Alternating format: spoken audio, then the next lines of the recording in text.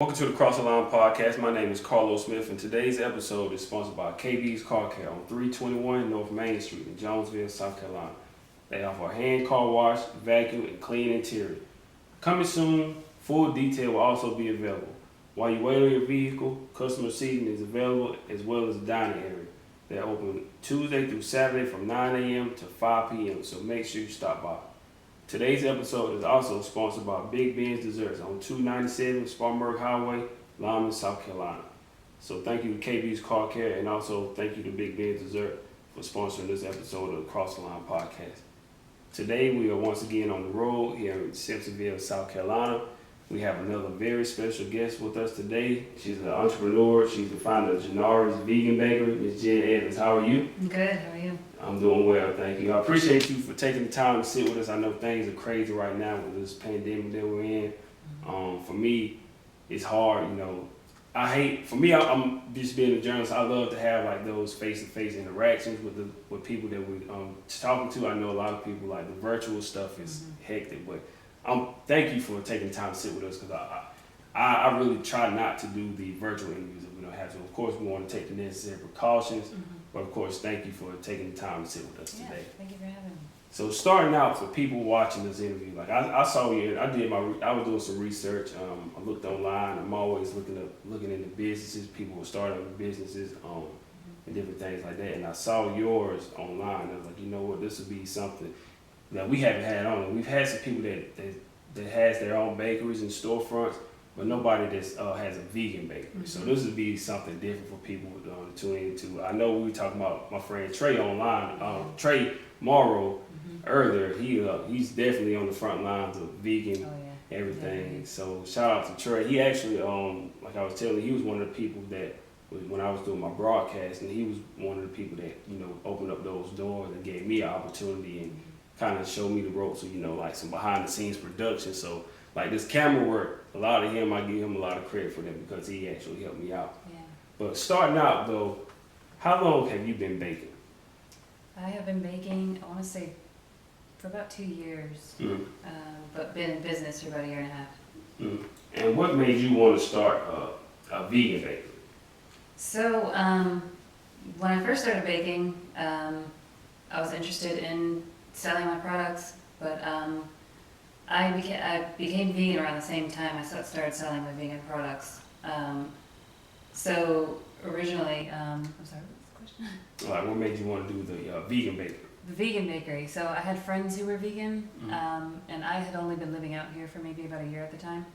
So they kept telling me that there were no vegan options out here, especially vegan bakery options.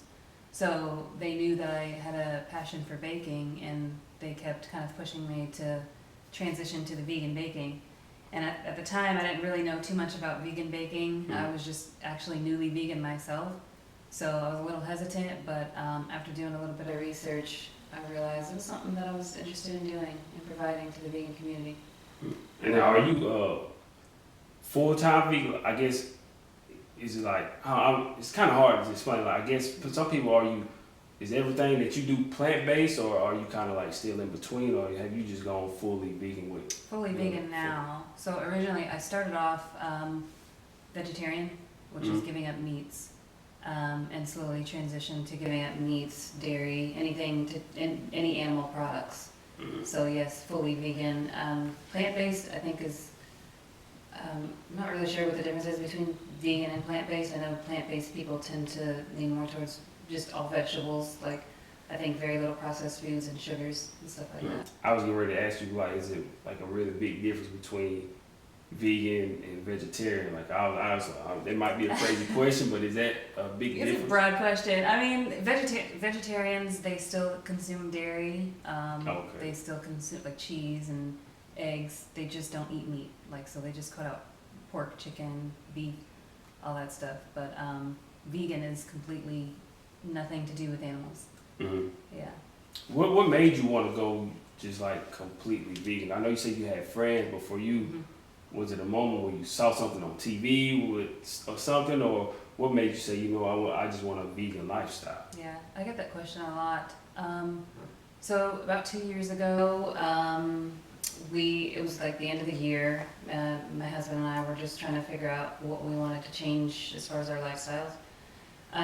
So as far when it comes to diet, we decided to do what was called the Daniel fast. And I'm not sure if you've ever heard of the Daniel fast. It's basically like a vegan diet, but you are giving up breads, kind of like plant-based, no processed foods, no sugars.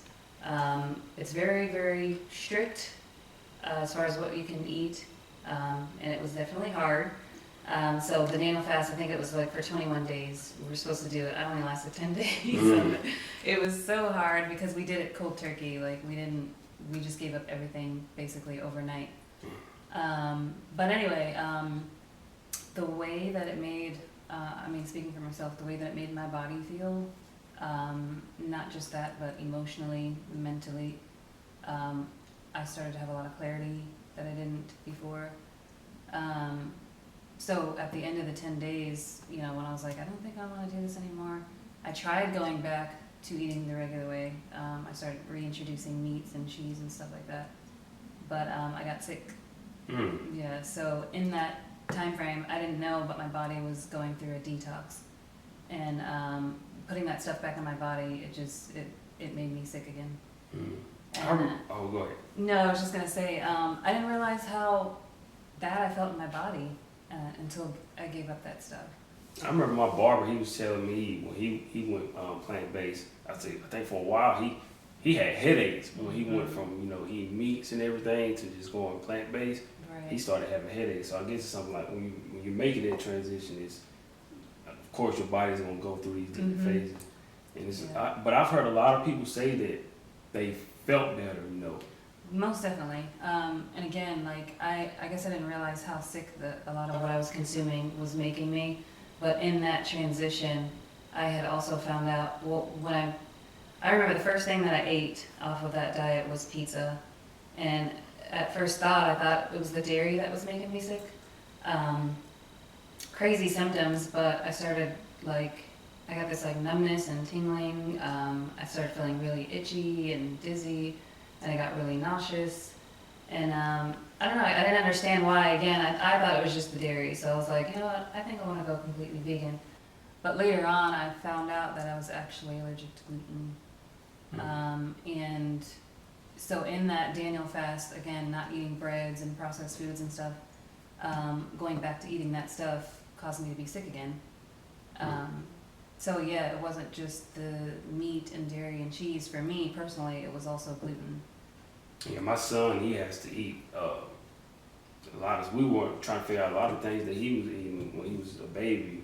Made him through. I know he couldn't have milk and wheat and a lot of different things like that. And he's not vegan. He definitely loves his chicken nuggets and everything like that. But there was a lot of stuff. We had to get him gluten-free chicken nuggets and stuff like that because of a lot of stuff that he was eating would just come right back up. Right. Yeah. So it's a lot of different things that we had to watch, keep him from eating. He just did his he went to the doctor a couple of weeks ago and just doing his test. They wanted to see what he was still allergic to. And a lot of those things he's still allergic to. Of course, like wheat, soy. He can't have a lot of stuff. Any kind of nuts and peanut butter and citrus type things. It's a lot of stuff that he can't have. Period. But definitely, they tell us when they did the scope of his stomach and everything, they said try to give him gluten-free products because it's gonna be better for him. But it seems like it's kind of hard to find a lot of that stuff, a lot of places. But when you do find it, I definitely say it costs more than the regular stuff out there. It does, but it's worth it, especially not feeling sick anymore. There's a lot of different symptoms that gluten can cause. I know a lot of people deal with gut issues like gas and bloating and nausea and vomiting sometimes. For me, it was more just, I felt like an attack on my body, my nervous system.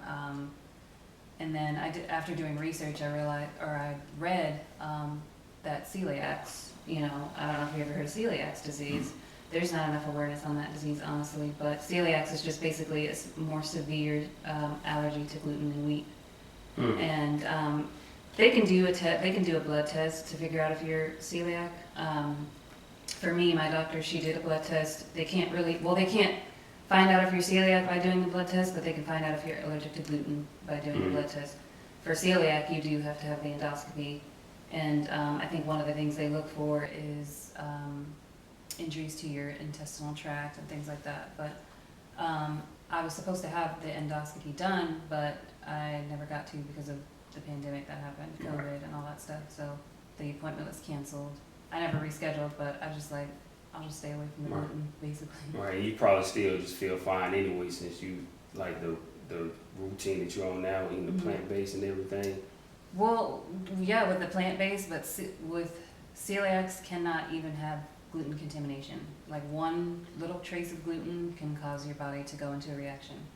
So with me, it's a little bit of a challenge baking at times because I don't bake completely gluten-free. So the flour, even just breathing in the flour could cause me to have a reaction. And or again, going back to contamination, if there's a trace of flour on my food and I eat it, I'm going into an allergic reaction from the gluten.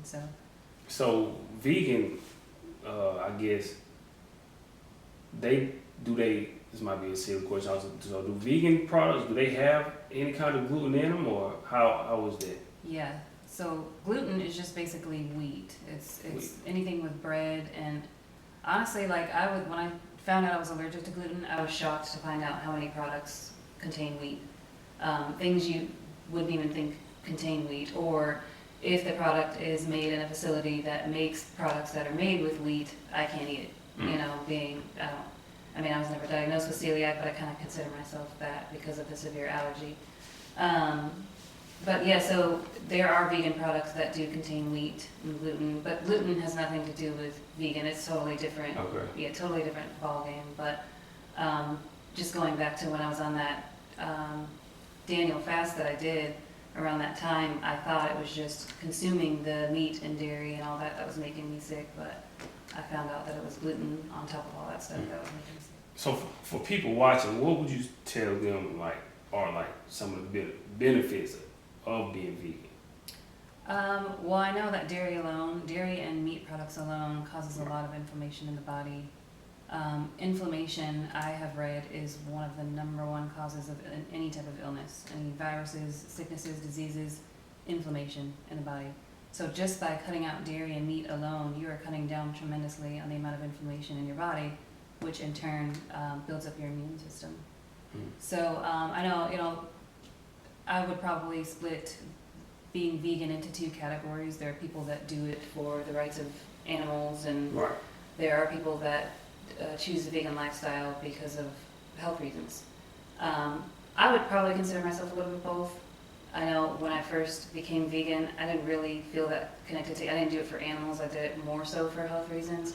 But I will say that, in making the transition, it did cause me to have a little bit more compassion on the animals, and seeing people like Trey post what he posts about what animals go through. That's definitely touching. I think if I watch stuff like that, if I watch anything, first of all, I don't like watching anything animal related while I'm eating, because it'll just automatically just ruin my appetite. Exactly. Like Animal Planet or something like that, and I can't eat it.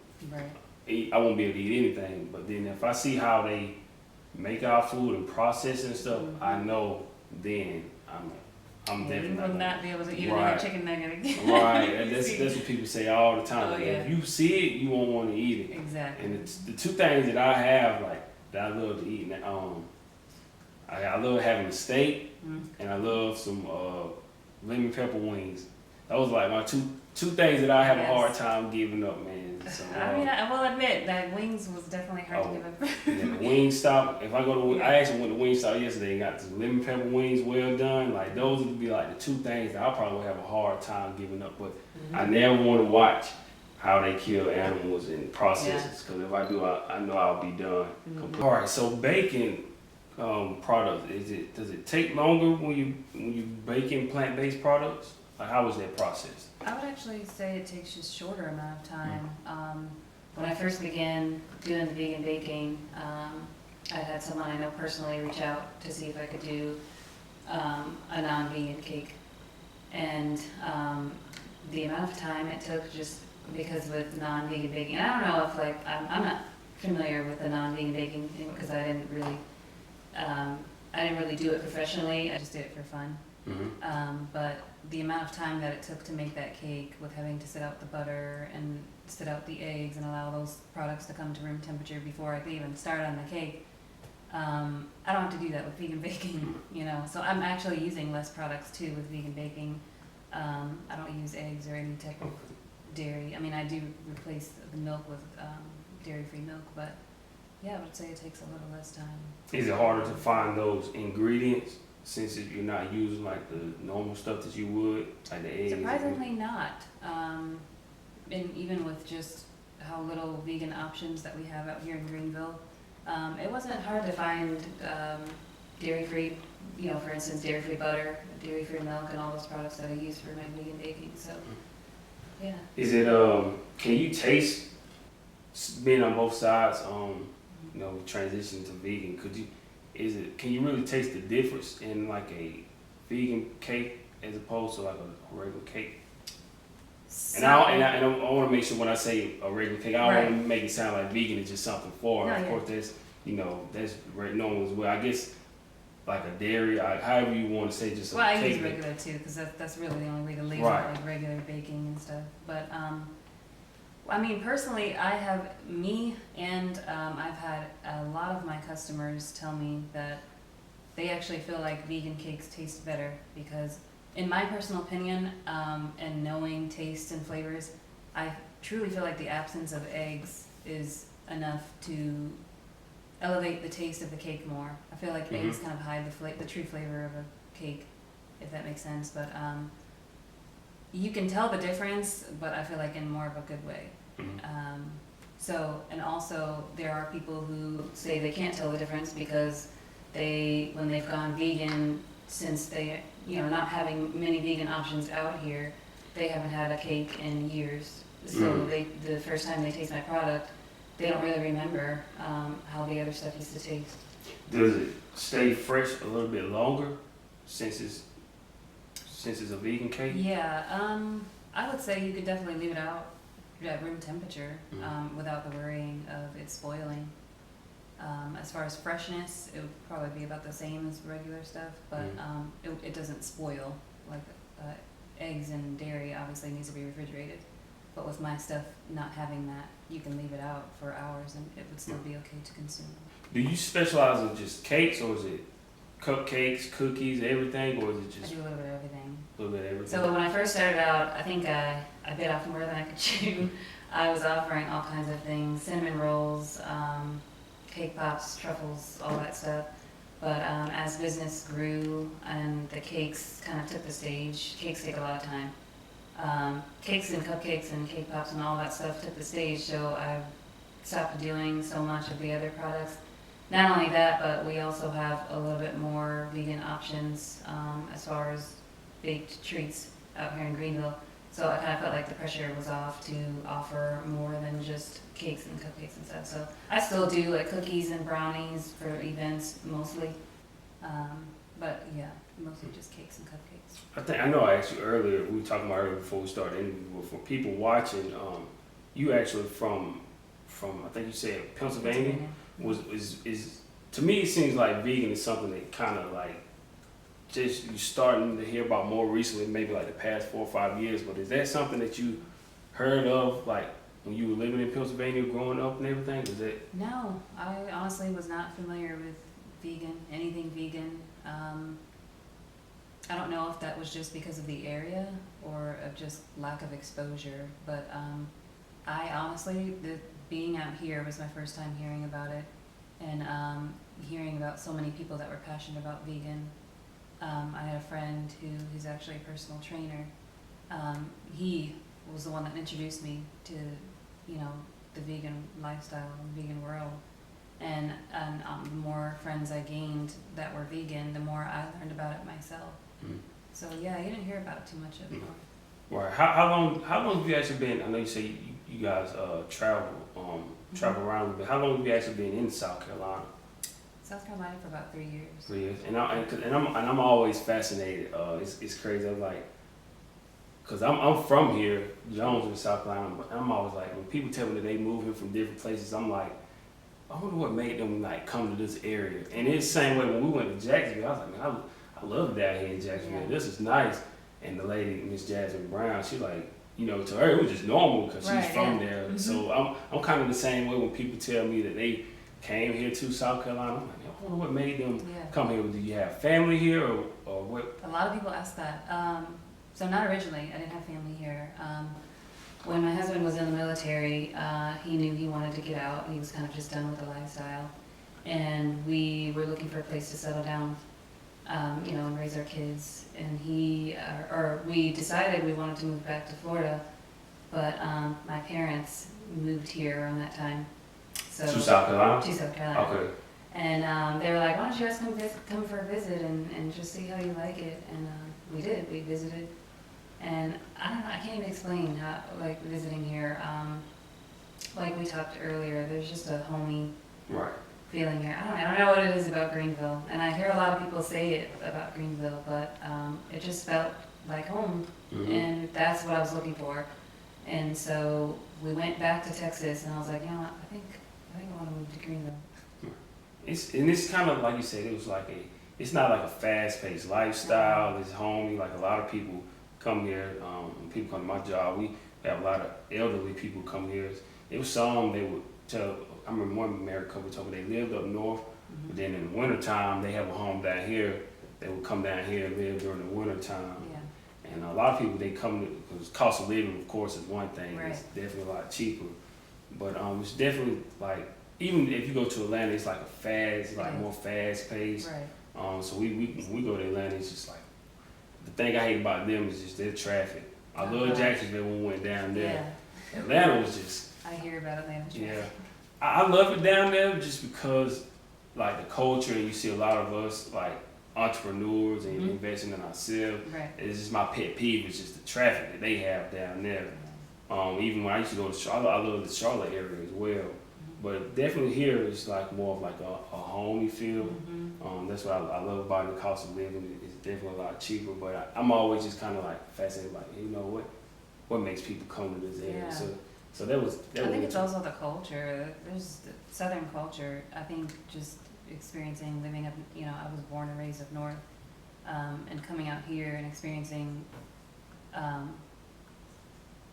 I don't know, Southern people are just a little bit more friendly, I guess you could say. Very, very friendly people, and I think that's what helps is just the environment. Right. Now, I've always heard that about, like, up north. I haven't been. I want to go. It's one of my goals with the podcast, take it on the road and go up north. I always heard, you know, people up north, especially like New York, they say, man, people up there are just rude and stuff like that, man.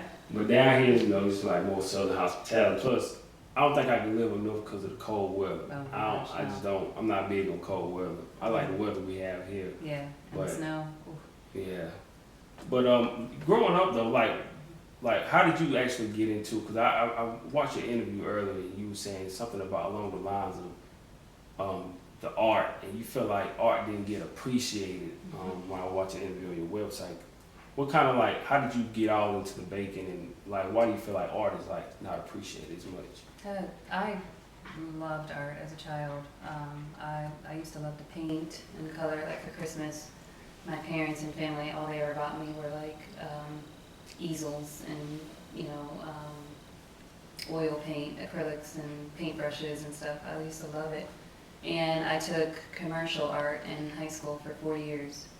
So, and I always say I never really considered myself good at painting, but I don't know, I loved it. Just something about creating something from the imagination and seeing it on paper. Not necessarily painting an object, but just painting from your creativity. I think that is what I admired most about art. I think anything can be considered art. Any creative can be considered an artist. Just creating something from the imagination. And then combining that with my baking, using my imagination and my creativity to put into these cakes, that's huge for me.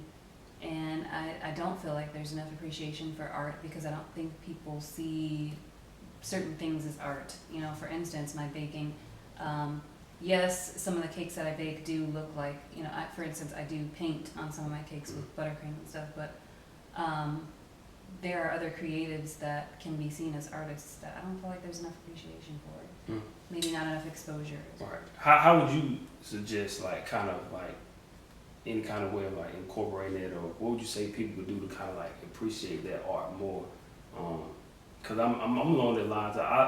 When I see these things like the designs that you make, Miss Chandrika that we had on in Jacksonville, and my other friend, she has a baking company here in this area as well. Like the time, it's like you really have to appreciate what you guys do, because the time that you put in to make these designs and stuff, it's like this is crazy. This is a special gift that you're using to make these kind of cakes. So what would you say is like some kind of way to like bring that appreciation back to art? I think it would be cool to hold events, maybe like artistic events of some sort. Maybe expose people to the behind the scenes of what it takes to create.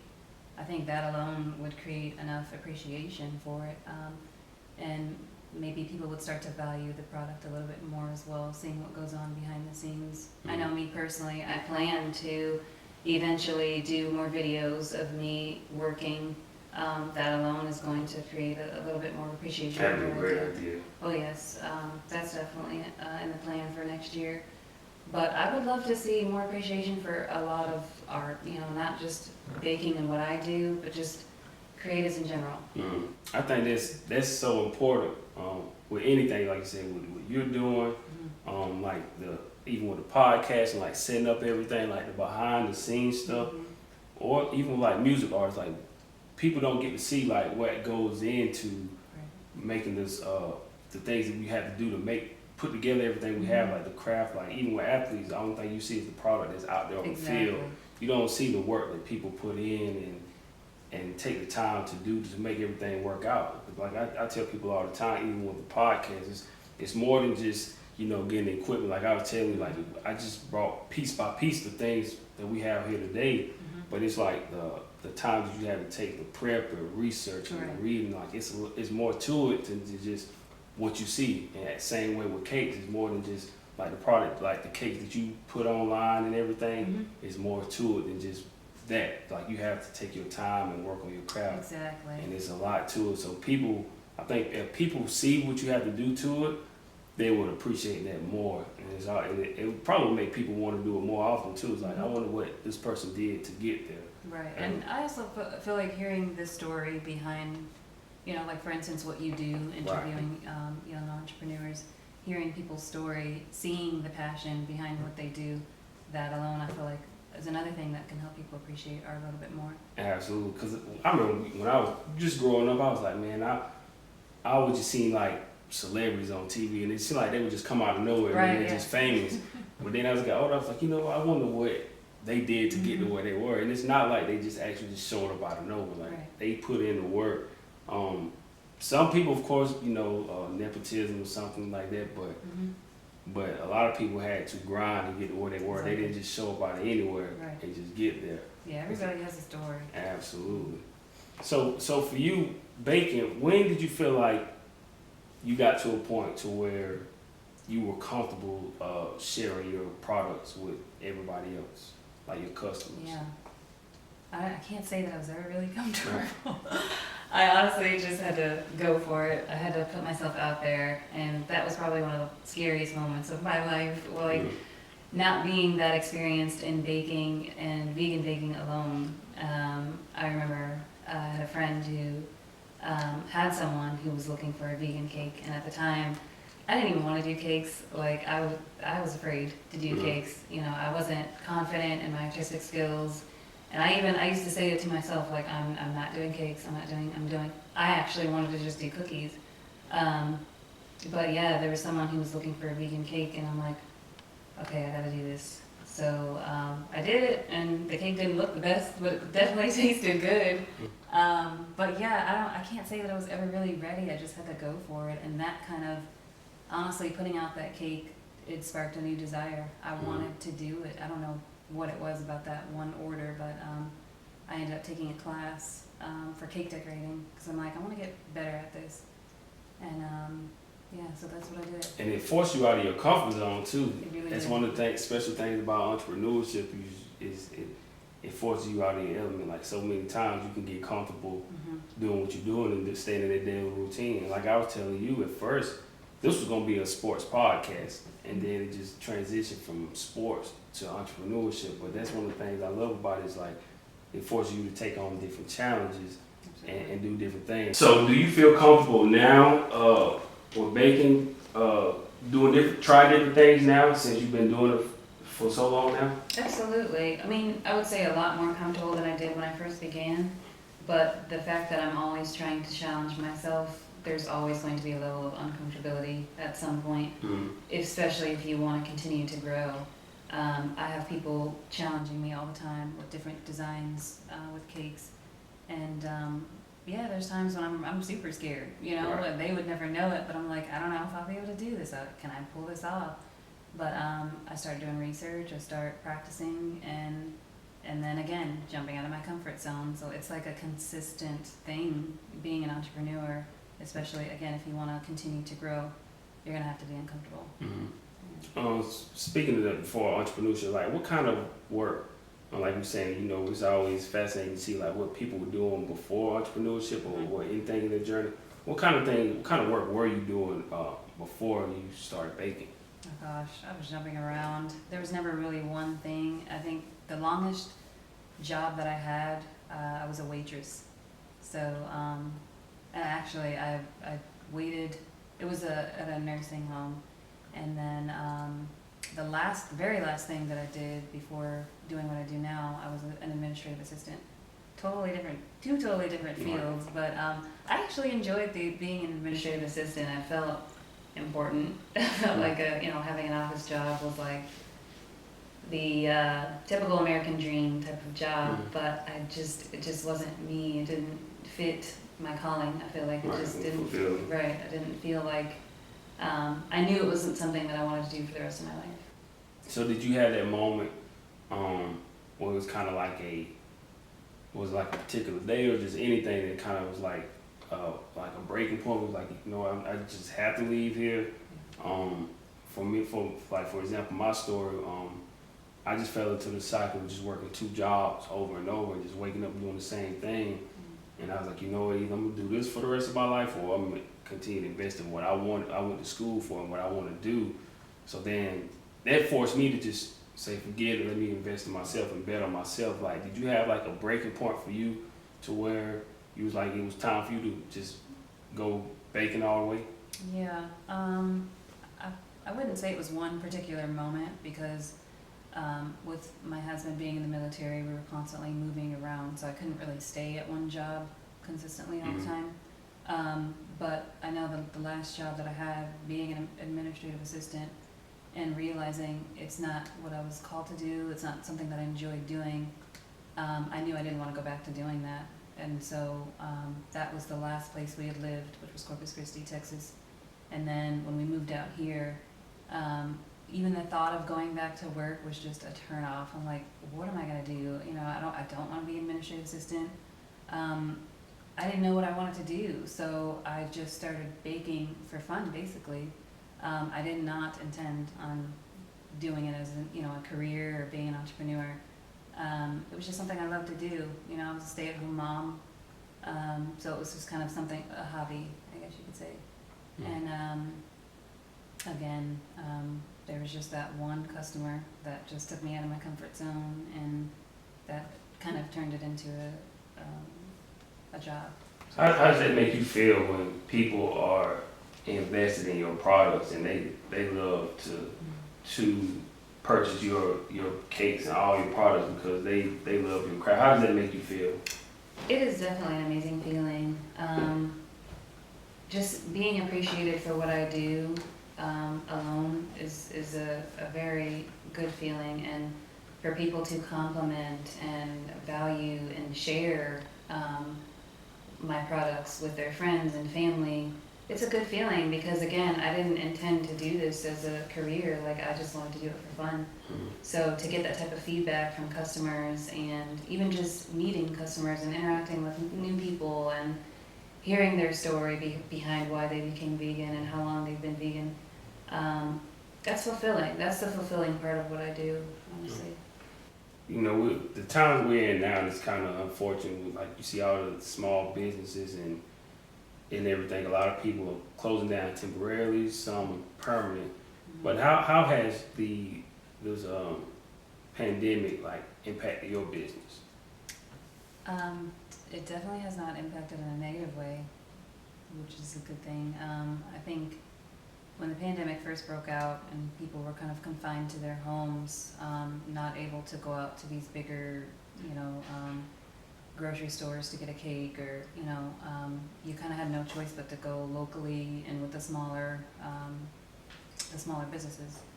That was actually a benefit for me. So this pandemic has honestly caused business to grow for me. It's caused me to meet a lot of new and amazing people. It's caused me to reevaluate my marketing strategies because initially I wanted to do more farmers markets and pop-up shops and obviously with things shutting down I couldn't do that. So I just kind of had to get creative and use social media for marketing, do giveaways and stuff like that. So it actually helped with my creativity. It helped boost my sales and it helped introduce me to a lot of cool people.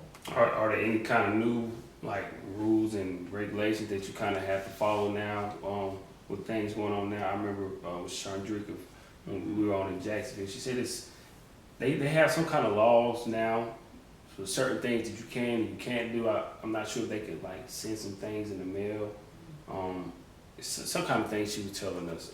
But are there any kind of like rules or regulations to what you do, or just kind of like safety precautions that you just take on your own? Well, I know one of them is just constantly wearing masks, washing my hands, gloves even. Those are things that I just kind of do on my own. Mm-hmm.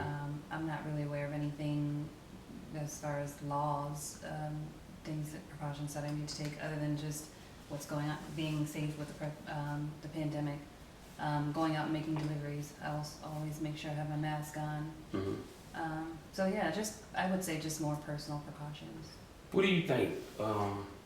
Hopefully this will be over with soon, this pandemic. I know it's tough on a lot of people, but what do you think will be like the future of like small business owners like in the future? Because like I said, a lot of them are temporarily shutting down. Some have been permanent. I saw a video of this lady in California yesterday where she had set up to do her outside dining area, and it was crazy. Like they had her outside dining area, and then like they set up something for like a movie, like a movie theater where they were able to do something, but her dining area, like they were trying to like restrict her. But it's just like this thing is just crazy how like a lot of the people like they spent their entire lives building these businesses, and now like they're forced to like close down. Like, what do you think would be the future for like small business owners going forward? I mean, I can only hope that it wouldn't continue to affect small businesses in a negative way, but I don't know. I really feel like a lot of people, what I'm seeing is a lot of people seem to be leaning towards being in more support of the smaller local businesses. Right. Because now they see the effects that things like this can have, that things like a big pandemic can have on smaller local businesses. I think people are a little bit more compassionate towards the local businesses. So if this thing finally lets up, I honestly think it could be a benefit for smaller businesses. If the pandemic continues, unfortunately, I don't know. I think a lot of businesses are just learning to adapt with what's going on. Even if it's just something as simple as offering roadside pickups, So I think it just depends on the business. I think it depends on how you decide to adapt to what's going on. But I'm hopeful. Would you say it's kind of I was just thinking, is it kind of a lot of people are able to like work from home and they don't have to do all the traveling. So as far as baking, would you say it may be more convenient if you have to, like, to bake from home as opposed to having a storefront, and then you, of course, you have to pay bills home and there, or just at one place where you bake it from home. But then maybe again, I thought you might not be able to, I guess, put out as many orders. Like, I'm not sure, but would you say it's like a benefit to from home as opposed to a storefront? Or how do you look at that situation? Yeah, there are definitely a lot of pros and cons.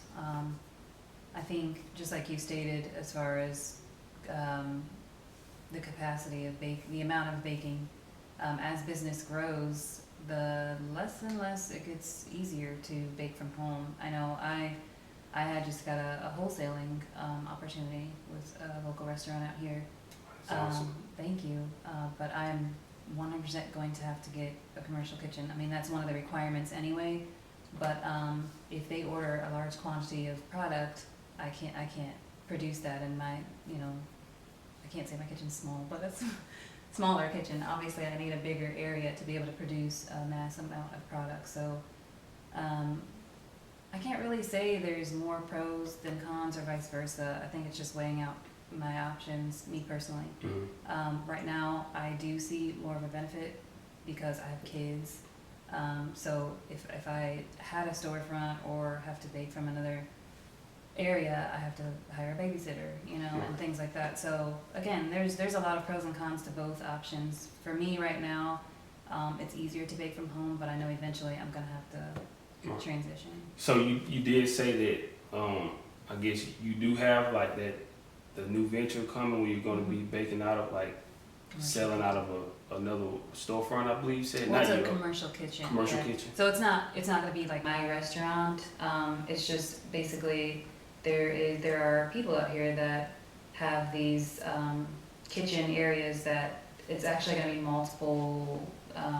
They're not all bakers, just multiple people that need kitchens to bake mass product. So I'm going to be sharing this kitchen with a bunch of other chefs and bakers and cooks. So yeah, it's not going to be mine personally, but yeah. What would you say is your favorite part of being an entrepreneur? My favorite part, I would have to say the people that I'm meeting. Again, going from moving around from state to state, not really being able to maintain friendships for a long period of time because of distance, and being here and being an entrepreneur has caused a lot more exposure to people. I'm not just stuck at a job where I'm working with the same people every day, or I'm not just a stay-at-home mom where all I see are my kids every day. I am being exposed to a huge amount of amazing people, and again, just going back to hearing their stories.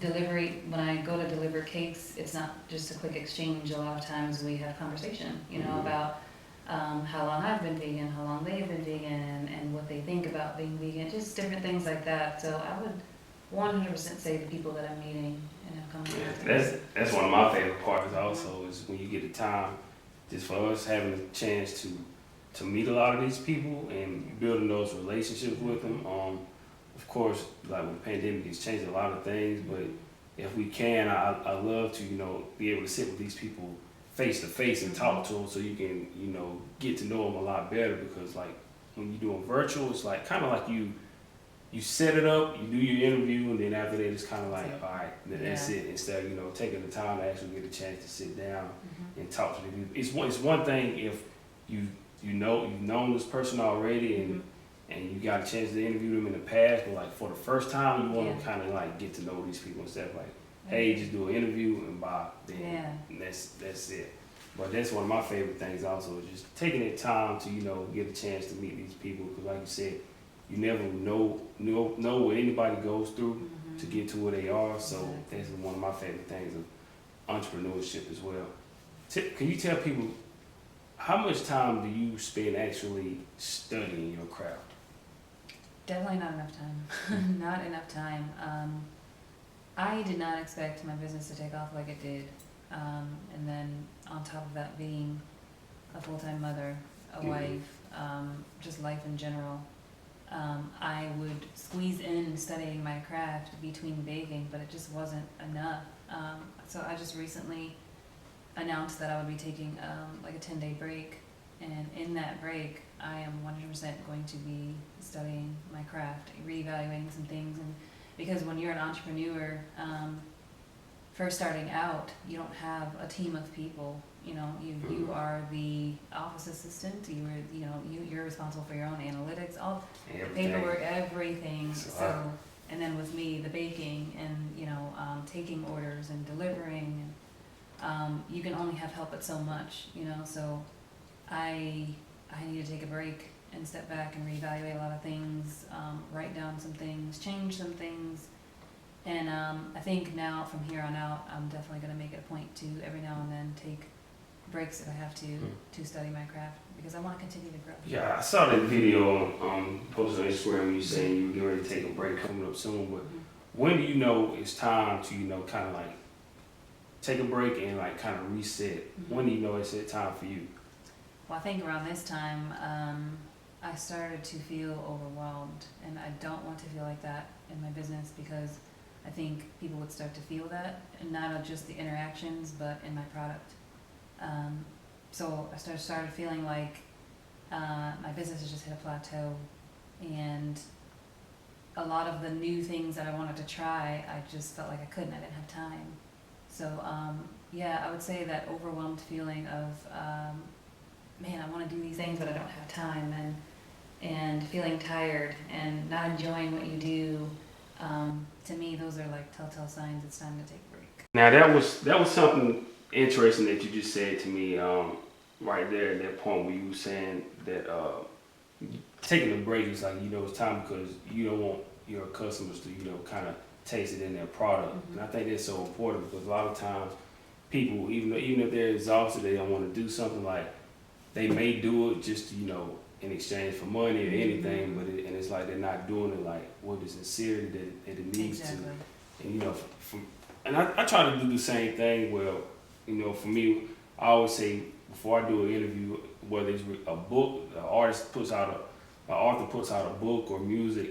For me, I feel like as a journalist, it's my duty to do my homework, listen to their music or read their book or anything, because I don't like the journalism where people come up like at radio stations and they say this person has a great album and they never even heard it. Yeah. Or somebody said this person has a great book and they never even read the book. So I pride myself on taking the time to, if people are willing to take their time to sit down with me, I want to make sure I have my research done and everything to put together, because I want to make sure it's something quality. I was like, I don't want to just half do something, but that's important, because a lot of times people, they may just do it just because, just to get it over with, or just to get a paycheck. And if you're doing it for those reasons, then you're doing it for the wrong reason. It has never been about that for me. Never been about the money.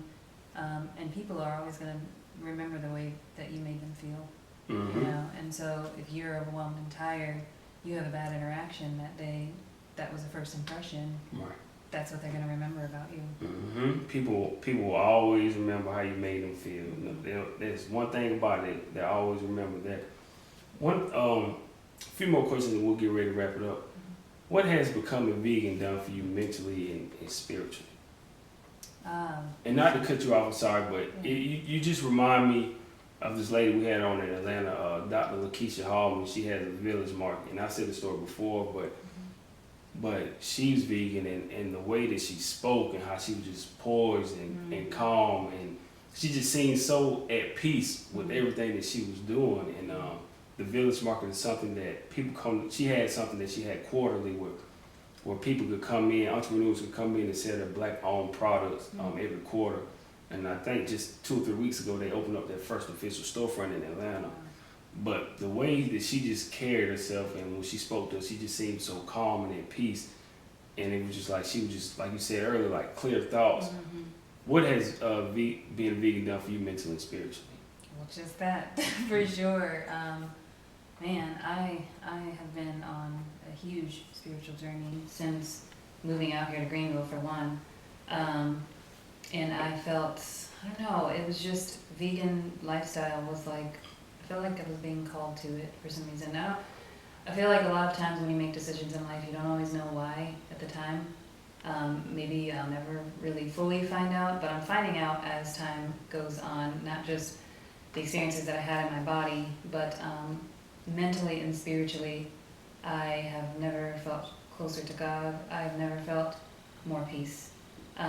Honestly, being an entrepreneur, needing the clarity that I have, not just being an entrepreneur, being a creative, needing my mind to be clear.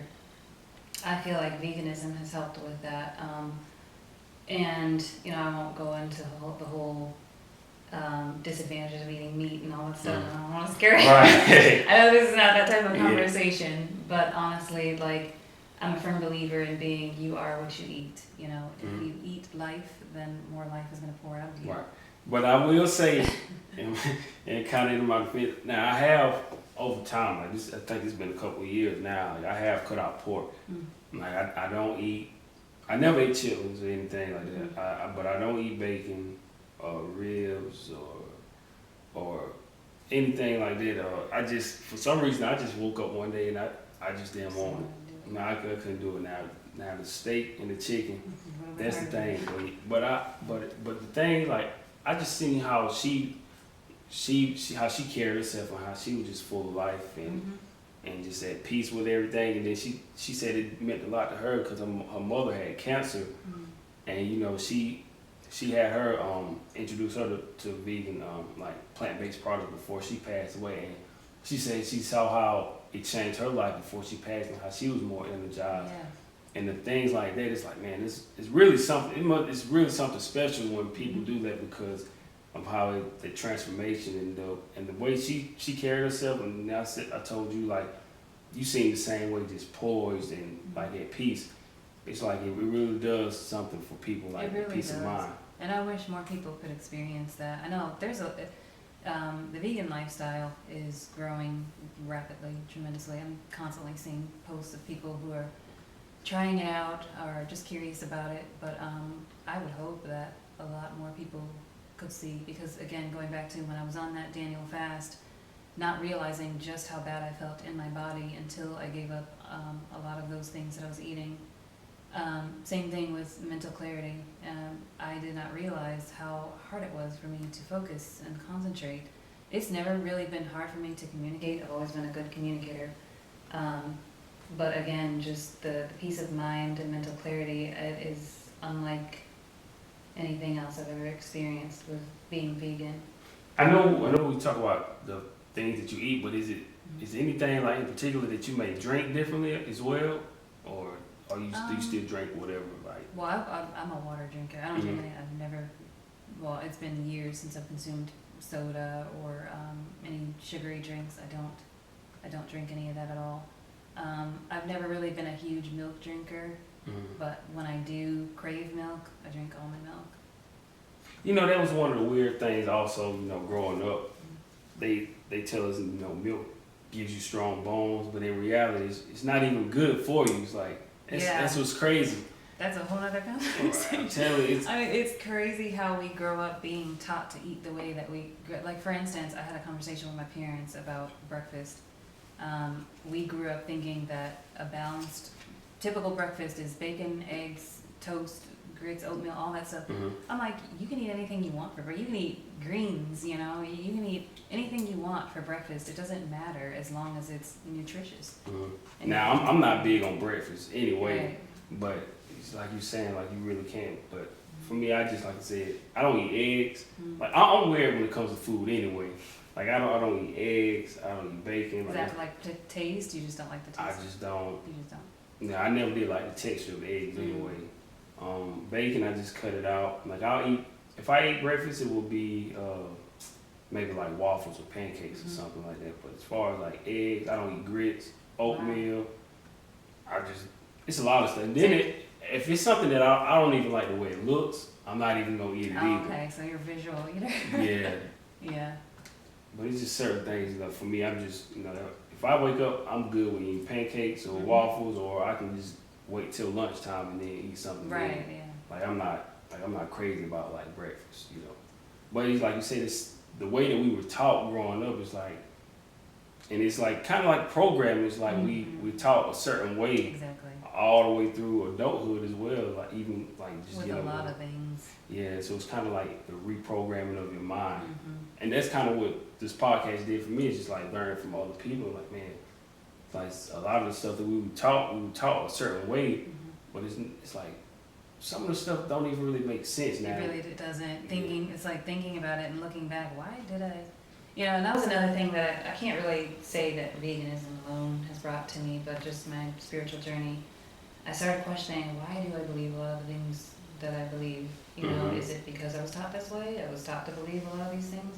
And most of the time the answer is yes, or you grew up you mimic different things that you grew up seeing. So, a huge awakening to me is just stepping aside of that and saying, I'm going to explore what I feel like I want to believe and how I feel like I want to live. Absolutely, and it's like a lot of times when you grow up a certain way, you don't want to you're kind of afraid to question it because that's what you saw growing up. Right. But even for me, like I've said over and over, like I just saw my parents getting up, going to work and working hard just to pay the bills and make sure my brother and sister we had clothes on our back.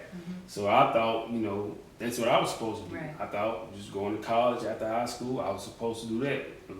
I was fortunate enough, and I'm thankful that my parents, they took out loans for myself, my brother, and my sister to finish school. But I just thought that's what you were supposed to do after high school. You go to college, and you get a job, and then you just work until you retire. Exactly. So that's just what I was thinking, not knowing like you don't have to go to college to be Right. successful. It's just so many of the things that we were taught growing up. It's like, man, you can do things totally different. Exactly. And just the loan, the debt, and I don't even want to get into that because Right. I talk about it all the time. It just makes me mad talking about it. I wrote a book which will be coming out soon, just about like education and everything. That's another story for another day because it makes me mad talking about it sometimes. It's crazy. But I know we still got a few more questions. But best advice that you received so far on your journey? Best advice I have received. I would probably say it's the advice that I give myself. That sounds probably cheesy, and I don't want to sound all high and mighty. But honestly, I keep telling myself to just keep going, no matter what, because once you make the decision to change anything in life, especially for the better, you are going to hit a lot of challenges and things that are going to try to stop you, and whether it even be just your mindset and way of thinking. There are a lot of things that try to take you back to that old mindset, old way of living. But my advice that I tell myself every day is to just keep going no matter what, and that is at all costs. When you have a goal in mind or a desire in mind, keep going until you get there at all costs. What would you say is the biggest lesson that you learned from the pandemic? From the pandemic? I would probably say to value and treasure the little things in life.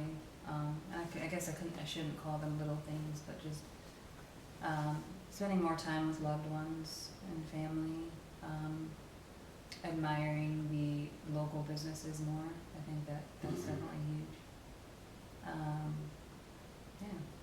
It's like it's almost like you really don't, like the saying, you never really miss something until it's gone. It's like, man, a lot of times we don't appreciate that stuff until it's gone. Like you said, these small businesses or like anything. Of course, you always want to value and treasure your family members. Like that one hit home to me the most this year, I believe. I said this on a previous interview as well. Like when I was telling you before we started, like my uncle was living in Texas, and this was the first time I ever seen a family member gone that quickly. Like I literally saw him that Wednesday, and then Friday he was gone.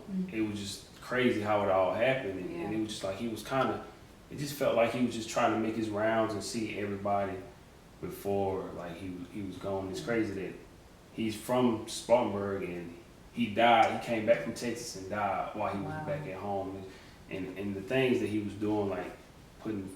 It was like he just, my cousin was telling me how he wanted to put a tombstone on my grandpa and my uncle's grave. They said he wanted to put flowers on my grandmother's grave before he was gone, and then he said no matter what, he wanted to see my aunts before he left. And the next thing you know, he was just gone. So it just seemed like everything, it was just crazy how all of this happened.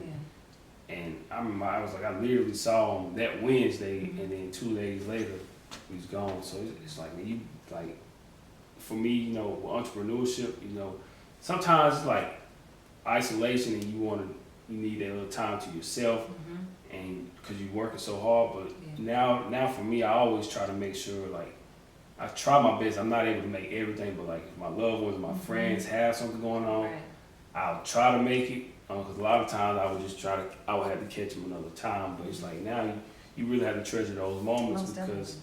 you don't know what's gonna happen. In Yeah. that situation with my uncle, that was one of the things that woke me up. Really, was like, man, you never know. Like, you say you're gonna see somebody Mhm. next time around, but then you never You know just didn't know. if you get that chance because they happen so quickly. Mm. A couple more questions. Is there anything that you would do differently on your journey?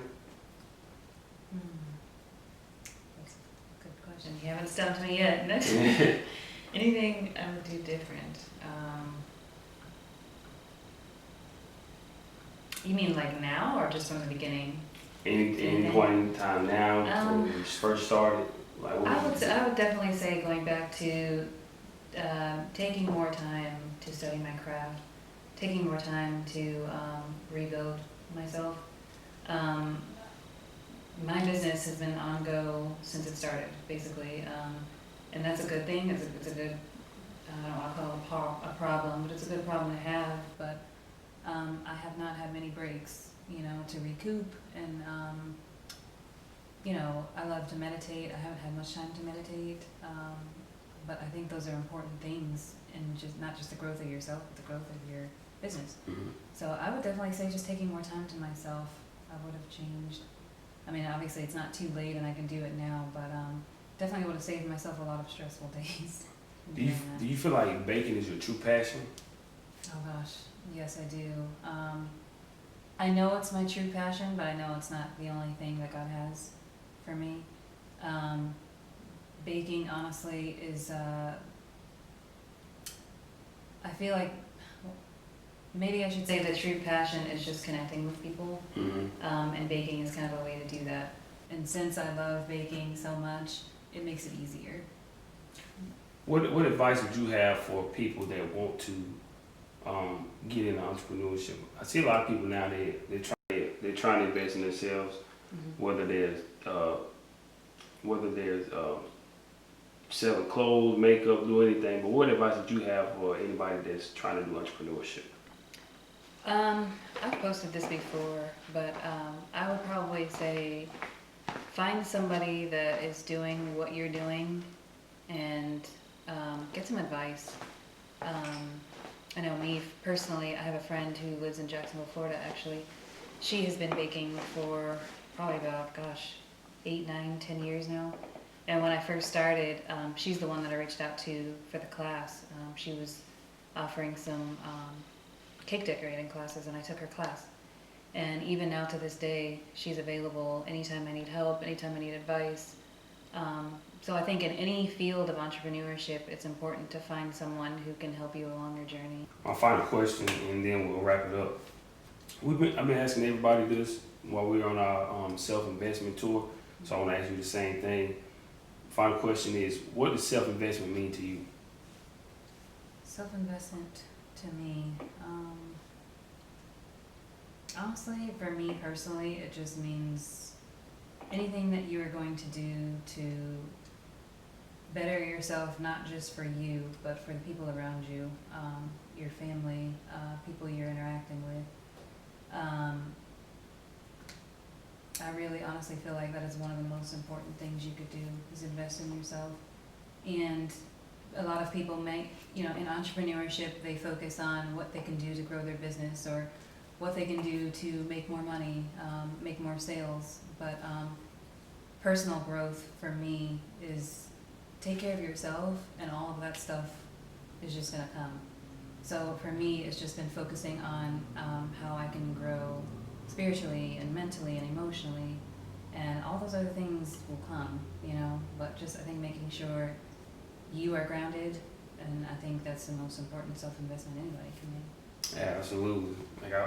Self-investment is like the best investment you can make. 'Cause you always get a return. That's something being Hall told me when I first sit down. It's the best investment you can absolutely make, which is so true. But Jen, I want to thank you for taking the time. I appreciate it. This was a great interview. I learned a lot. This was very educational. Before we get out of here, can you tell everyone how to find you on social media? Yes, I am on Facebook and Instagram as Jenauri's Vegan Bakery. Yeah, that's how they can find me. All right. And so once again, I want to thank all our sponsors: KB Car Care, Big Ben's Desserts, Charlene's Home Cooking, also Faces by Cynthia for sponsoring this episode. If you need to watch this interview again, you'll be able to find it on Amazon Music, Spotify, iHeartRadio, SoundCloud, Google Play, Pandora. This is the point where I always feel like, man, we're on so many different platforms. Which one am I leaving out? But you'll see it on my social media, all of my social media, and also the website, carlosksmith.com. So hopefully you guys enjoyed this episode. Until next time, keep chasing your dreams. This is the Cross the Line Podcast. Thank you for listening. Hey guys, I'm Jen Evans of Jenauri's Vegan Bakery, and you've been tuned in to Cross the Line Podcast.